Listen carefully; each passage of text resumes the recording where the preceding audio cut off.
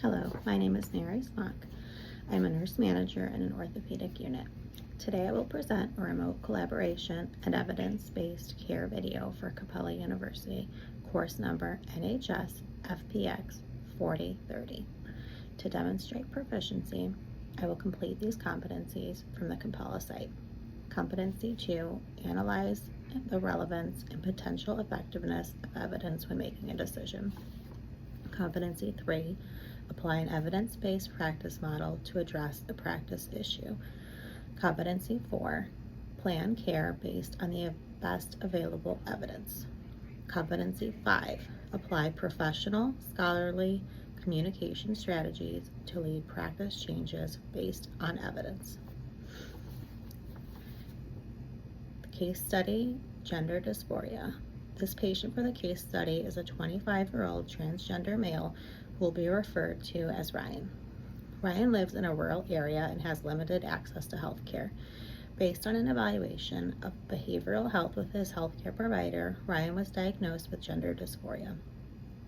In an article from 2020, The Phenomenology of Gender Dysphoria in Adults, a Systematic Review and Metasynthesis, quote, gender dysphoria is distress due to a discrepancy between one's assigned gender and gender identity, end quote.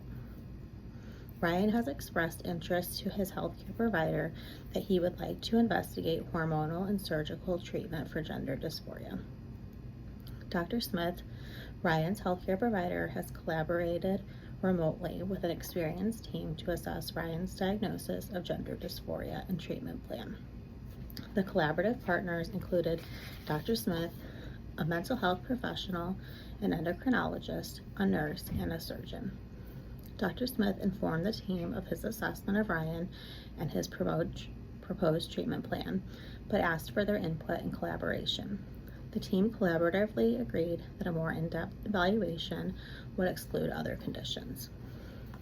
Evidence-based care plan. Patients with gender dysphoria, such as Ryan, can express a strong desire to live as their identified gender, possibly including medical transition. They can report persistent distress due to inconsistency between gender identity and assigned sex at birth. May report symptoms of anxiety, depression, or social withdrawal.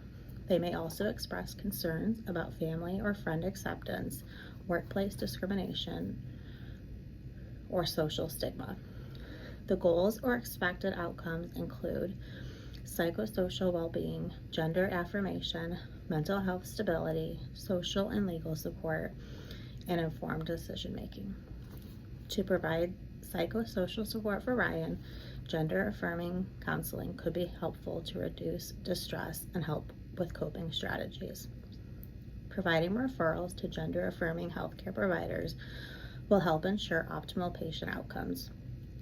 In an article from 2022, Gender Affirming Care for Transgender Patients, quote, providers have the opportunity to intervene and positively impact patient experiences through gender affirming care, but they first require an adequate knowledge base and understanding of the importance of sensitive and inclusive care, end quote. It is also important to screen for co-occurring mental health conditions such as depression, anxiety, and PTSD. There are high rates of mental health concerns in trans individuals, and early intervention reduces suicide risk. It is essential to assess suicide risk and provide crisis resources regularly. There should also be a safety plan in place for distress episodes. An in-depth evaluation of gender dysphoria involves a comprehensive assessment to rule out other possible conditions that may contribute to gender-related distress.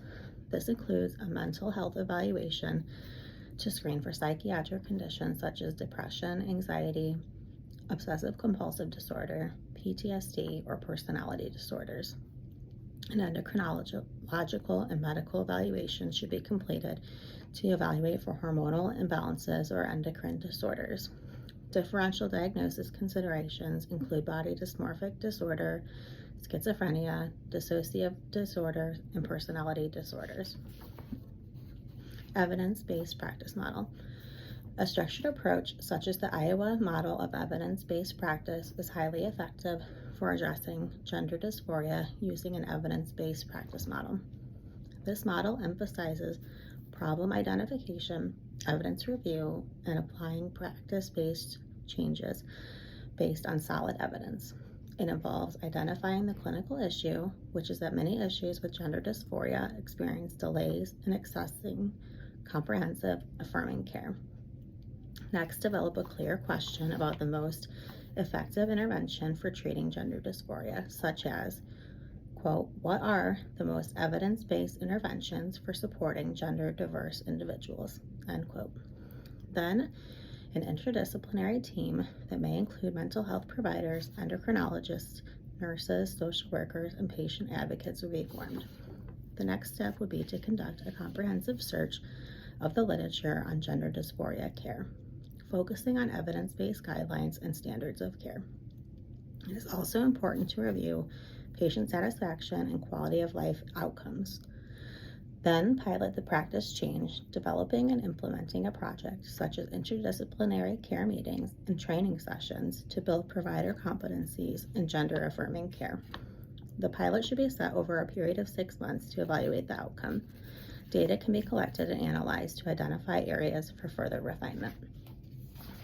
Relevance of articles. When searching for articles, I utilized the Capella Library, specifically Summon. An emphasis was placed on recent articles within the last 5 years to obtain up-to-date information. Specifically, the search was focused on gender dysphoria, evidence-based, and United States. The key terms, full text online, peer-reviewed, and 5 years, were also used to refine the search. All articles were meticulously reviewed for relevance to the subject matter. Upon thorough review, all the articles listed were pertinent to the healthcare issue. This process helps by arranging and evaluating sources when completing an APA paper. It confirms the references are credible and accurately formed, streamlining the writing process and supporting strong evidence-based assessments. Interdisciplinary collaboration and remote teams. Interdisciplinary collaboration in remote teams is essential to effectively managing gender dysphoria because it unites specialists from mental health, endocrinology, surgery, and primary care to develop a comprehensive patient-centered care plan that overcomes geographical barriers. In a remote model, healthcare providers can utilize telehealth platforms to conduct mental health evaluations, coordinate hormone therapy regimens, and arrange surgical consultations, all while sharing real-time updates via electronic medical records. This integrated approach not only ensures that treatments align with evidence-based guidelines, but also minimizes the risk of fragmented care, which is critical for transgender individuals in rural areas. Conclusion. Gender dysphoria is a complex condition that underscores the need for compassionate evidence-based care. Recognizing the challenges faced by transgender and gender-diverse individuals, recent research and clinical guidelines emphasize the importance of individualized, patient-centered approaches that integrate both medical and psychosocial interventions. Using the Iowa model to address gender dysphoria involves a systematic process from identifying care gaps and prioritizing the issue to synthesizing evidence, piloting interventions, and evaluating outcomes.